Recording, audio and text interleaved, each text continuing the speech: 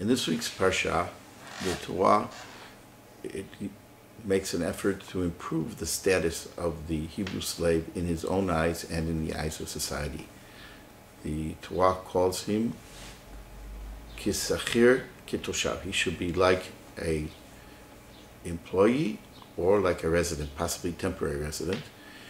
And yet, even though the Torah makes a great effort to improve his status is quite limited because the word toshav, resident, is usually used in the context of ger toshav, a stranger who is a resident, even in this week's Parsha itself.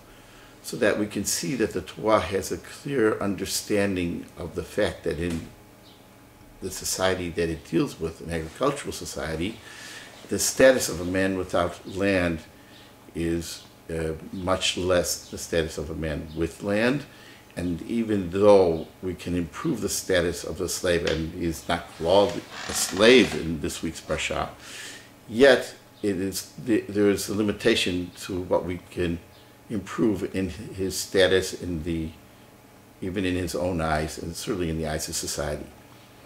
The Torah seems to be clearly trying to move society into the direction of independent people who have means of production, and the Torah is clearly concerned not only with the technical aspects of this, but also with the psychological and sociological effect that the status has on the individual.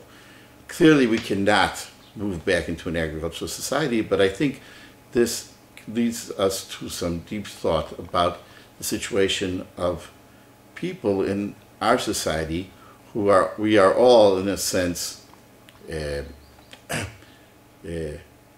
toshavim, schirim, residents and employees. Possibly, in a certain sense, we are even indentured slaves, in a certain sense. And none of us really are independent and have a place of our own, a plot of land.